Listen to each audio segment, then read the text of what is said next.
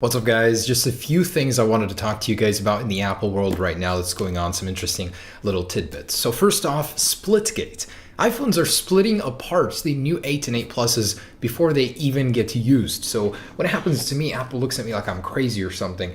But apparently some people are getting phones that's in the box have split apart. The battery is expanding. All right, I'm obviously over-exaggerating here, but it is a real deal. I told you guys it would happen. It happens every year. There's always a new gate issue, either camera gate, bend gate, antenna gate. This year, split gate is what some commenters are calling it. Anyways, so one person actually received this in Taiwan or Japan, I believe, in the box that is already split apart. Another user, though, she charged her phone and then it happened using the supplied power adapter. So although it's only happened to a few people right now, it may actually be a bigger issue than just that. Much like the Note, only news about that started filtering out slowly and then more and more and more, so we'll have to see. Although right now I don't really see it as anything crazy. It's within the normal parameters for lithium battery failure. I mean, there's a 1 in a million chance, I believe, that one can fail, so this isn't too unusual. And the glowing Apple logo mod for the iPhone 8 Plus, we are already working on it with Trung. So he actually sent me some videos over from a little demo that he was doing on his, and wow, I was impressed. In just one day, he actually managed to get it working. So he has figured everything out, the LED parts, getting the power to the LEDs, making it look decently good. But the one issue is the vinyl on the back. As you guys know, it is a very tough vinyl. It's a different structure inside. So actually getting the Apple logo to look good is going to be an issue. And there's still that to figure out. But I honestly think that with laser engraving, we can cut it out, just burn the vinyl away, make it look pretty good. I mean, decently good. And I know nobody's going to want to do that to their phone. Maybe if you take it to him, sure. But right now we're figuring these details out and I'm excited to share the journey with you. But it has been achieved somewhat. Just doesn't look too good, too professional yet. We'll figure that out. Honestly, the reason I love this mod so much is just because of how good it looks. People ask me, is that a special edition iPhone? I mean, people don't know that this isn't OEM. It looks so good, so near OEM.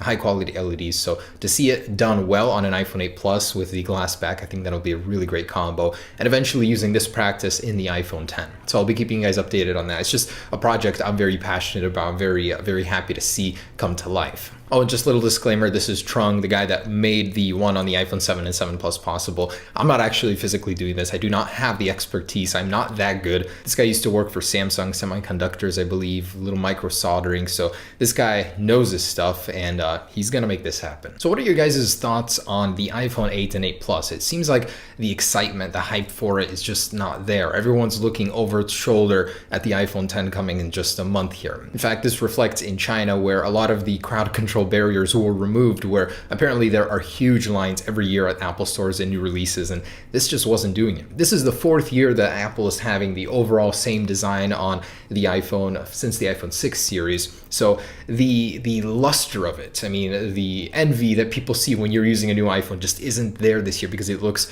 too similar. And that seems to be a lot of the issues, just there isn't too much, even just look-wise, that's different from earlier generations. Honestly, I was at the Apple store, there wasn't many people there. I was like among 10 at the launch day, so I was a bit bewildered because usually there's so many people, so much excitement, buzz, but there wasn't this year. I love my iPhone 8 Plus, the wireless charging, the louder speakers. That's one of my favorite parts of it.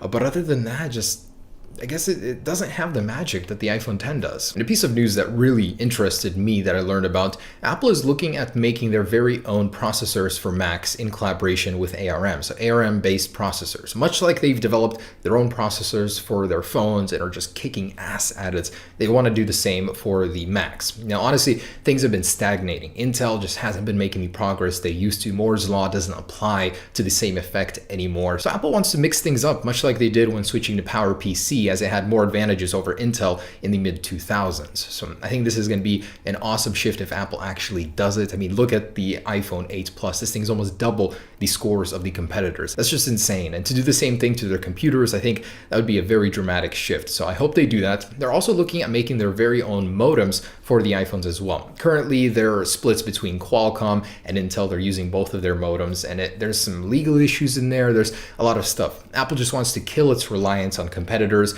and make their very own supply of modems, processors. Now they're doing GPUs as well. It's just awesome. It's great for Apple to have control of that because they can make it stronger, less limitations, less fees for using that technology from competitors. So I'm excited to see an Apple-only internal future. And Apple really is wasting no time with the Apple A12 CPU that'll be found in next year's iPhone. As Nikkei is reporting, the TSMC is already in early development of these new processors, which will be 7 nanometer versus 10 nanometer right now in the iPhone 8, 8 Plus, and iPhone 10. So this new processor will supposedly be more efficient, more powerful, and probably even more crushing to all of the competitors. It's just insane the progress Apple has made on their chips, and they're already pushing it forward with a new platform that we'll see next year, 7 nanometers already. Samsung is only reportedly going to 7 nanometer chips at the end of 2018, but if this report is to be believed, it will be on the next year's release cycle. And something very interesting, a lot of users that have updated to iOS 11 are reporting that a lot of iPhone 10 features are bleeding through into their devices, and they're seeing things like curved corners on the top of the screen mimicking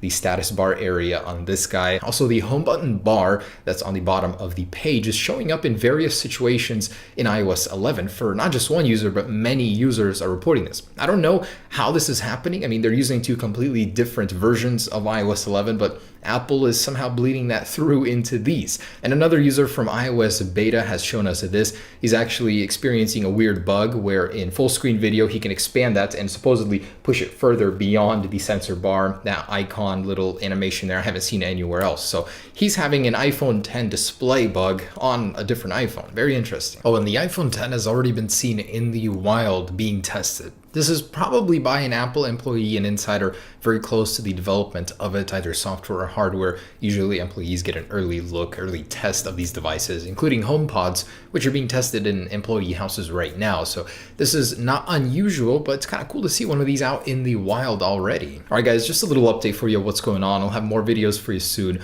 Working on the every iPhone comparison. Got to tell you, that one is not easy with 17 iPhones, but hopefully have that up for you soon. Anyways, hope you guys enjoyed it. Stay tuned and stay informed. Peace.